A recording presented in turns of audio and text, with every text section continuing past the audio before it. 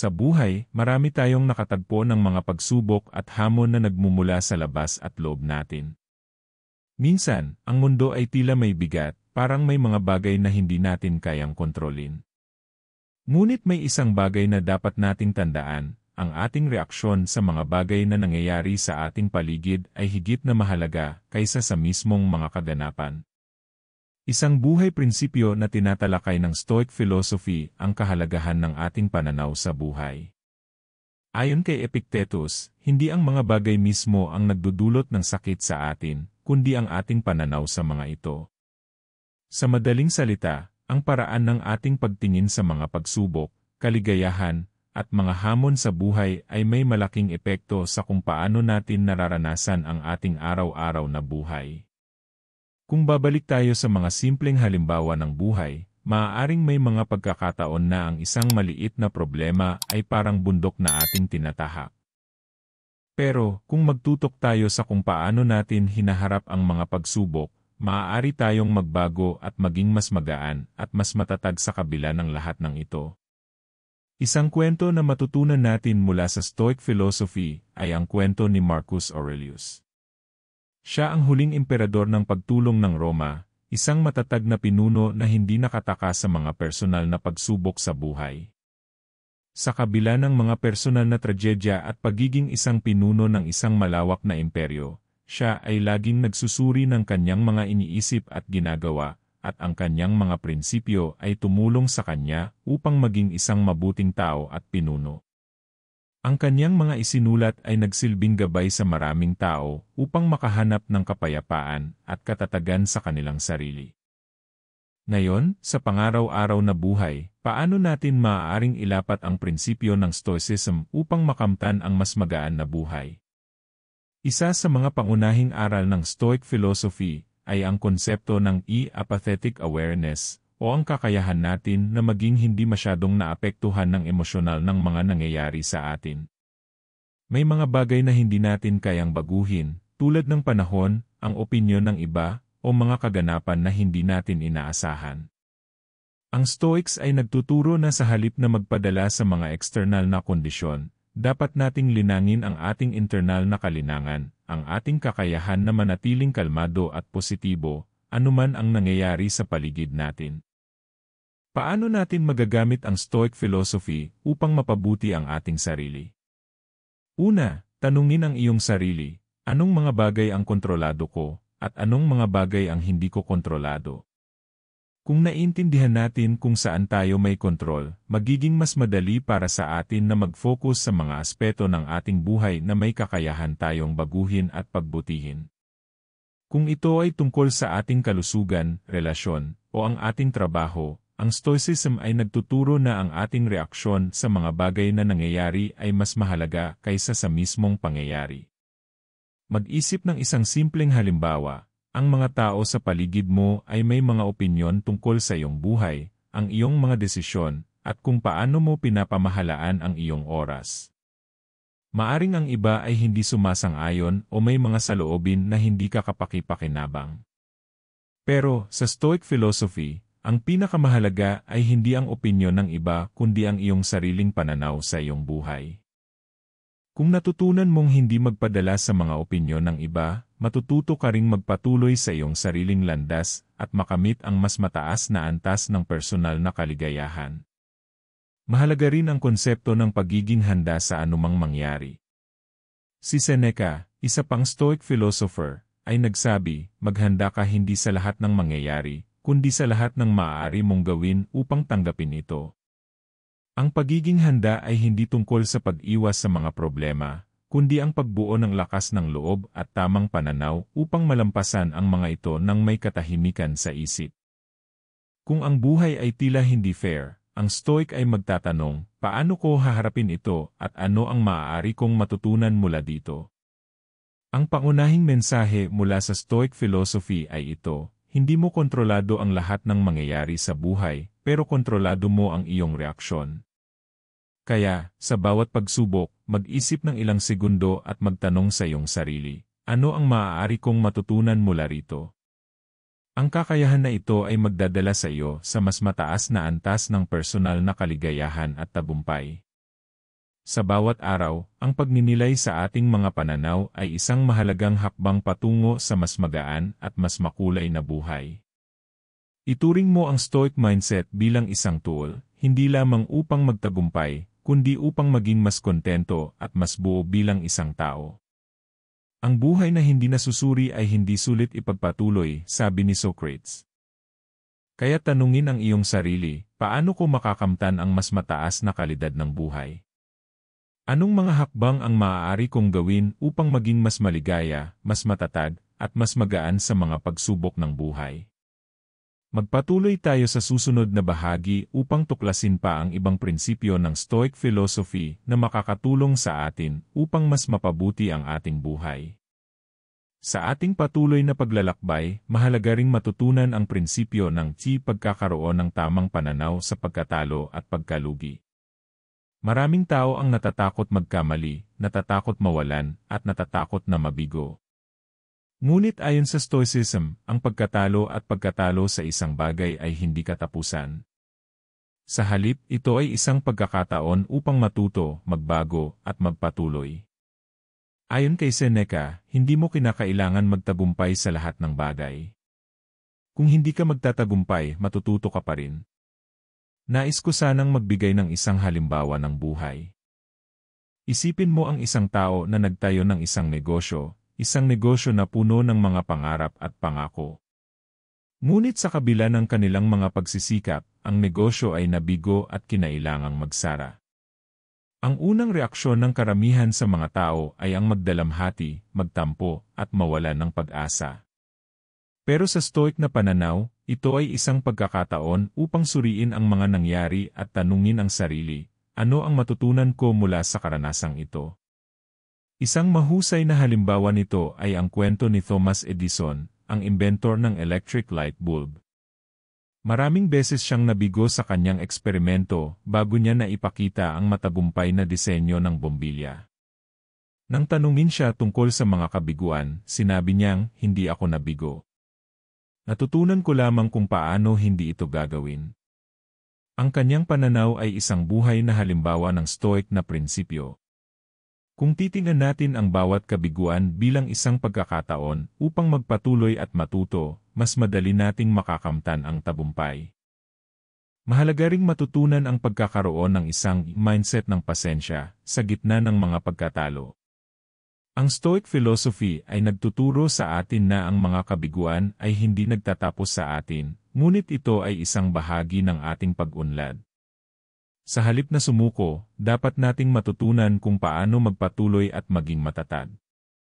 Ang buhay ay isang mahabang proseso ng pagkatuto.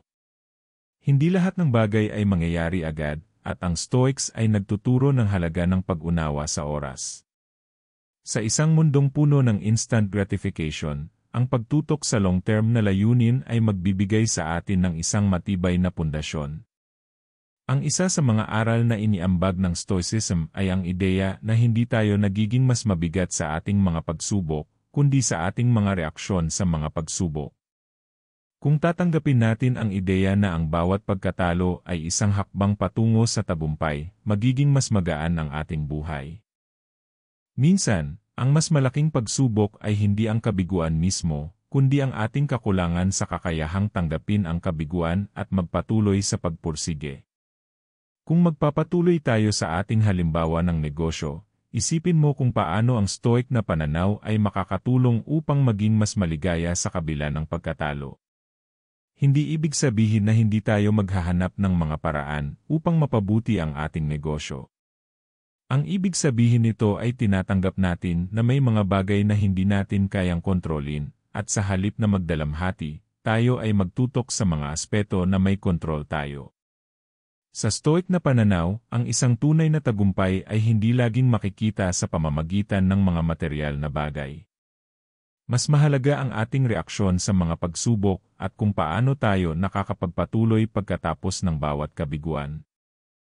Isa pang prinsipyo na matutunan mula sa Stoicism ay ang pagtanggap sa kamatayan at pag-unawa sa kalikasan ng buhay. Marami sa atin ang takot sa kamatayan, na itinuturing na isang bagay na hindi maiiwasan at madalas ay tinataboy natin sa ating isipan.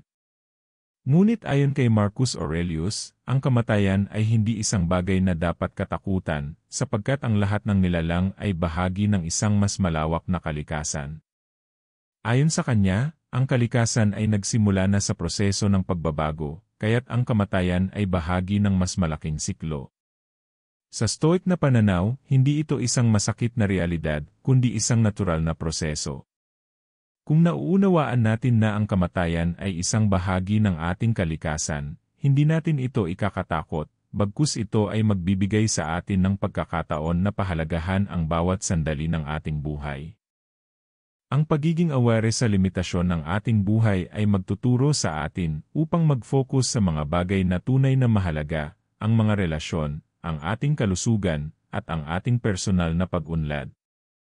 Mahalaga ang pagtanggap na ang buhay ay maikli, at sa bawat araw na lumilipas, tayo ay nagiging mas maligaya sa pamamagitan ng pagtutok sa mga bagay na hindi kayang mabili ng pera, ang ating karanasan, ang ating kontribusyon sa mundo, at ang pagmamahal sa mga taong nakapaligid sa atin. Isipin mo ito, kung ang kamatayan ay isang bagay na hindi natin kayang iwasan, ano ang magagawa natin upang mas maging masaya at magaan sa araw-araw? Ano ang mga hakbang na maaari nating gawin upang mapabuti ang ating buhay bago tayo makarating sa huling yugto? Ang Stoics ay nagtuturo na, sa kabila ng ating takot at pag-aalala, ang tunay na kaligayahan ay matatagpuan sa ating pagiging kontento at sa ating pagmumuni-muni sa mga maliliit na bagay. Hindi natin kailangang maghintay ng mga pangyayaring malaki upang maramdaman ang tunay na kasiyahan. Sa halip, ang bawat araw na lumilipas ay pagkakataon na dapat pagsikapan upang maging mas magaan at mas maligaya. Bilang mga Stoics, ipinapayo nila na tanggapin natin ang ating mortalidad, ngunit hindi sa takot, kundi sa pagpapahalaga sa bawat sandali ng ating buhay.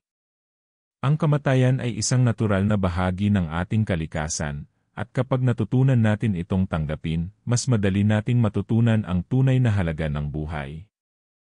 Sa huli, ang lahat ng mayroon tayo ay mga sandali, at ang ating misyon ay pahalagahan ang bawat isa. Ngayon, magpatuloy tayo sa susunod na bahagi upang mas lalo pang matutunan ang mga prinsipyo ng Stoicism na makakatulong sa ating pang-araw-araw na buhay. Pag-usapan naman natin ang isa sa pinakamahalagang prinsipyo ng Stoicism, at ito ay ang pagtuon sa ating mga aksyon at hindi sa resulta. Isang pangunahing aral ng Stoicism ay hindi natin kontrolado ang mga resulta, ngunit kontrolado natin ang ating mga hakbang at paggawa. Sa modernong panahon, tayo ay madalas mag-isip na ang ating halaga ay nasusukat sa mga resulta, sa tagumpay, sa material na bagay, at sa kung anong nakamit natin. Ngunit sa Stoic philosophy, ang tunay na halaga ng isang tao ay hindi matutukoy sa mga bagay na nakakamit, kundi sa kalidad ng kanilang mga aksyon. Ayon kay Epictetus, hindi natin dapat ituring ang ating halaga batay sa mga bagay na hindi natin kontrolado. Ang ating pagkilos at ang ating mga desisyon ay may higit na kahulugan kaysa sa resulta. Halimbawa, isipin mo ang isang atleta na nag-ensayo araw-araw, sumasailalim sa matinding pagod at sakripisyo, ngunit sa dulo ng kompetisyon ay hindi siya nanalo. Marami ang magsasabi na siya ay nabigo, ngunit ang Stoic na pananaw ay nag-uudyok sa atin na tignan ito sa ibang paraan. Ang kanyang pagsisikap, disiplina, at dedikasyon ay mga bagay na kontrolado niya. Ang tagumpay o pagkatalo ay hindi nagpapakita ng kabuuang halaga ng isang tao. Ang halaga ng atleta ay nasa kanyang pagsusumikap at karakter. Isipin mo, anuman ang ating mga gawain sa araw-araw, maging sa trabaho, relasyon, o personal na buhay, hindi natin kontrolado ang mga resulta. May mga pagkakataon na magbibigay tayo ng ating pinakamahusay, ngunit hindi ito magbabayad ng tamang halaga sa huli. Gayunpaman, sa Stoic philosophy, ang mahalaga ay ang pagsusumikap na ibinibigay natin at ang ating pananatiling tapat sa ating prinsipyo. Huwag tayong matakot magkamali, sapagkat ang mahalaga ay ang pagkatuto mula sa ating mga pagkatalo at hindi ang pag-alala sa hindi nasaklaw na tagumpay. Sa araw-araw na buhay, paano natin maisasabuhay ang prinsipyo ng Stoicism na hindi mag-focus sa resulta? Una, magsimula tayo sa pagkakaroon ng tamang mindset. Huwag hayaang maging sukatan ng ating halaga ang materyal na tagumpay o ang pagkakaroon ng mga bagay na hindi natin kontrolado. Minsan, ang pinakapayak na bagay, ang ating dedikasyon at integridad, ay higit na mahalaga kaysa sa anumang resulta na maaaring mangyari. Ang bawat hakbang na ginagawa natin, ang bawat desisyon na ating pinipili, at ang bawat aksyon na ating isinagawa ay nag-aambag sa ating paglago bilang tao. Isang halimbawa mula sa kasaysayan ang nagbibigay ng malinaw na mensahe tungkol sa prinsipyo ng Stoicism na ito. Si Socrates, isa sa mga kilalang Stoic philosophers, ay hindi hinahanap ang materyal na tagumpay. Sa halip, ang kanyang layunin ay ang maging tapat sa kanyang misyon sa buhay, ang pagtuturo ng karunungan at ang paghahanap ng katotohanan. Kahit na sa kanyang huling mga araw, siya ay hindi natatakot na magdusa at mamatay. Para sa kanya, ang pinakamahalaga ay ang pagsusuri ng kanyang buhay at ang pagpaparami ng kabutihan sa kanyang komunidad. Ang kanyang pagkatalo sa isang labanan ay hindi nagdulot sa kanya ng takot o panghihinayang. Naging tapat siya sa kanyang mga prinsipyo at hindi nagpadala sa mga pananaw ng iba. Kung titingnan natin ang ating buhay, madalas tayong mag-alala tungkol sa resulta ng mga bagay, tulad ng kung magkakaroon tayo ng promotion sa trabaho, kung magiging matagumpay ba ang ating mga negosyo, o kung magiging magaan ang ating buhay sa hinaharap. Subalit, ang Stoics ay nagsasabi sa atin na ang ating halaga ay hindi batay sa mga bagay na mangyayari o hindi mangyayari sa atin. Sa halip, ang ating halaga ay matatagpuan sa ating pagsusumikap at integridad sa mga bagay na ginagawa natin. Sa bawat hakbang na isinasagawa natin sa araw-araw, tayo ay nagkakaroon ng pagkakataon upang magpakita ng tapang, sipag, at disiplina, ang mga bagay na hindi kayang makuha sa pamamagitan ng materyal na tagumpay lamang. Ang prinsipyo ng hindi pagtutok sa resulta ay tumutukoy din sa pag-aalaga sa ating mga layunin at mga aksyon, hindi sa kung ano ang mangyayari pagkatapos ng mga ito. Ayon kay Marcus Aurelius, tulad ng isang doktor na gumagawa ng kanyang trabaho, hindi sa inaasahang outcome ng kanyang paggamot, kundi sa pagsunod sa kanyang misyon at sa paggawa ng pinakamabuti sa kanyang kakayahan. Ang buhay ay isang patuloy na proseso ng pagsusumikap, at hindi natin alam kung ano ang mangyayari pagkatapos ng ating mga aksyon.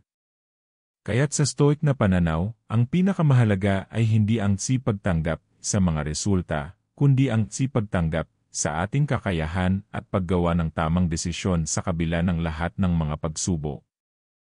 Minsan, ang pinakamatinding kaligayahan ay matatagpuan hindi sa tagumpay, kundi sa sarili nating mga aksyon at desisyon. Kung natutunan natin na ituring ang ating mga layunin at aksyon bilang isang proseso na may sariling halaga, madalas nating matutunan na mas kontento at mas mapayapa tayo sa ating paglalakbay. Ang tunay na tagumpay sa Stoicism ay hindi batay sa mga resulta, kundi sa ating mga aksyon at sa ating kakayahang magsikap ng may kababaang loob at tapat na layunin. Ang isa pang prinsipyo na matutunan mula sa Stoic philosophy ay ang pagkakaroon ng disiplina at konsistensi sa bawat araw. Ang disiplina ay hindi lang tungkol sa pagiging matiyaga sa mga bagay na nais natin, kundi sa pagkakaroon ng isang pangmatagalang layunin na hindi natitinag ng mga pansamantalang bagay sa ating buhay. Ang pagkakaroon ng disiplina ay ang kakayahang magpatuloy, kahit na ang daan ay mahirap at puno ng pagsubok. Kung natutunan natin ito, hindi lamang tayo magiging mas matagumpay, kundi mas maligaya din patuloy natin tinutuklas ang mga prinsipyo ng Stoicism. At magpatuloy tayo sa susunod na bahagi upang lubos pang matutunan kung paano ito makakatulong sa ating pang-araw-araw na buhay. Sa huling bahagi ng ating paglalakbay sa Stoic philosophy, nais kong talakayin ang isang prinsipyo na maaaring magbago ng ating pananaw sa buhay at magbigay ng mas malalim na kahulugan sa ating bawat araw, ang pagpapahalaga sa pagkakaroon ng kontrol sa ating sarili. Sa isang mundo kung saan tayo ay madalas na iniiwasan ng mga external na bagay, mga opinyon ng iba, mga kaganapan sa paligid, at mga pangyayaring hindi natin inaasahan, ang Stoicism ay nagtuturo sa atin na ang tanging bagay na may kontrol tayo ay ang ating sarili, ang ating mga reaksyon, at ang ating mga desisyon. Ayon kay Epictetus, walang bagay sa labas ng iyong kalooban ang makakapagpasakit sa iyo, maliban na lamang kung papayagan mo ito. Sa madaling salita, ang lahat ng external na kaganapan ay hindi maaaring magdulot ng sakit o kalungkutan sa atin kung tayo ay may tamang kontrol sa ating mga emosyon at reaksyon.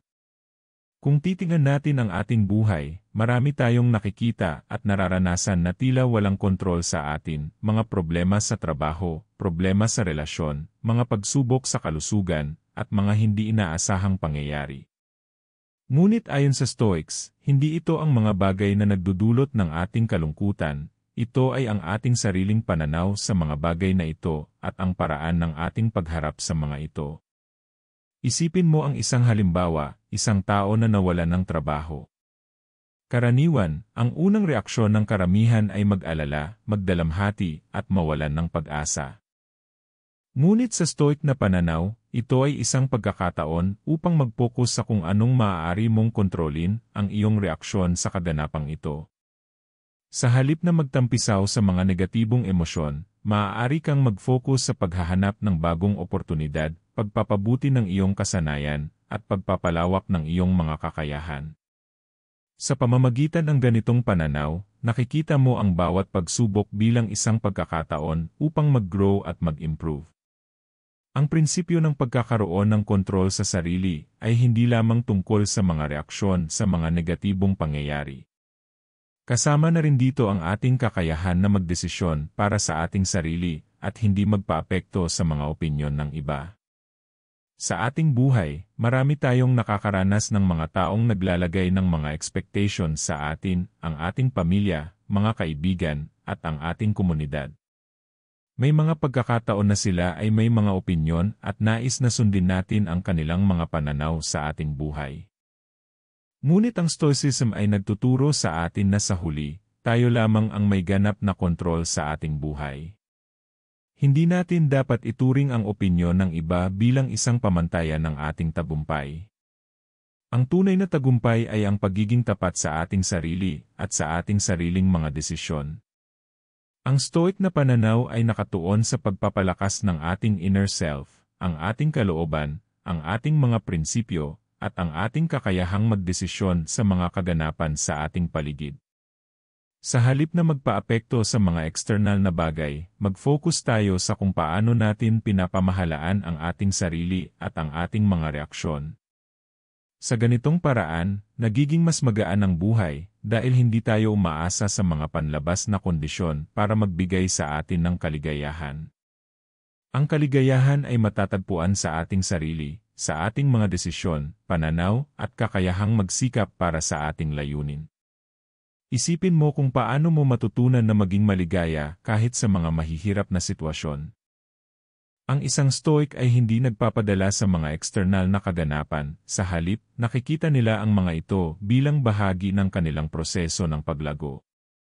Hindi ibig sabihin nito na hindi tayo dapat magsikap o magtrabaho ng mabuti. Ang Stoicism ay hindi nagsasabing hindi tayo dapat magbigay ng halaga sa mga bagay na mahalaga sa atin. Sa halip, tinuturuan tayo nito na ang ating kasiyahan ay hindi nakasalalay sa mga bagay na hindi natin kontrolado. Kung ang ating kaligayahan ay nakasalalay sa ating sariling kakayahan, tayo ay nagiging mas maligaya at mas kontento, anuman ang nangyayari sa ating paligid. Sa huli, ang Stoic philosophy ay nagtuturo ng malalim na pag-unawa sa ating mga reaksyon at mga desisyon. Ang mga Stoics ay hindi tumitingin sa buhay bilang isang serye ng mga kaganapan na nagpapahirap sa kanila. Sa halip, nakikita nila ito bilang isang pagkakataon upang mag-grow, magbago, at magtagumpay sa kabila ng lahat ng pagsubok. Kaya't kung nais natin ng tunay na kapayapaan at kasiyahan, dapat nating unawain na ang lahat ng nangyayari sa ating paligid ay bahagi lamang ng mas malaking larawan. Hindi natin kayang kontrolin ang mga nangyayari, ngunit mayroon tayong ganap na kontrol sa kung paano natin hinaharap ang mga ito. Magkaroon tayo ng disiplinadong pananaw, mag-focus sa ating mga aksyon, at magsikap na palakasin ang ating inner self. Sa bawat araw, magpatuloy tayo sa pagpapalago ng ating sarili, hindi sa pamamagitan ng pag-asang magbago ang ating mga paligid, kundi sa pamamagitan ng pag-unawang ang tanging bagay na tiyak na kontrolado natin ay ang ating sarili. Sa Stoicism, natutunan natin na ang tunay na halaga ng buhay ay hindi nakasalalay sa mga bagay na wala tayong kontrol, kundi sa kung paano tayo nagiging mas mabuting tao sa bawat hakbang na ating tinatahak. Sa bawat prinsipyo ng Stoicism, ipinapakita sa atin ng pilosopiyang ito na ang buhay ay hindi palaging makakamtan sa pamamagitan ng mga materyal na bagay o ang mga resulta ng ating mga gawain. Ang pinakamahalaga ay ang ating paninindigan, ang ating pananaw sa buhay, at ang ating kakayahang magpatuloy at mag-grow sa kabila ng lahat ng pagsubok. Ang bawat hakbang ay may halaga, at ang bawat desisyon ay nag-aambag sa ating personal na paglago at tagumpay. Bilang pangwakas, nais kong mag-iwan ng isang kaisipan mula kay Marcus Aurelius, ang buhay ay parang isang kwento. Hindi mahalaga kung gaano ito kahabang kwento, kundi kung paano natin ito isinusulat. Kaya't magsimula tayo ngayon at magsulat ng isang kwento na puno ng layunin, katatagan, at kontento, at sa bawat hakbang na ginagawa natin, patuloy tayong magpatuloy sa pagiging mas mabuting tao. Magpatuloy sa iyong pagninilay at pagtutok sa mga prinsipyo ng Stoicism. Kung paano mo tinatahak ang buhay ngayon ay magsasabi kung paano magiging mas magaan at mas matagumpay ang iyong bukas.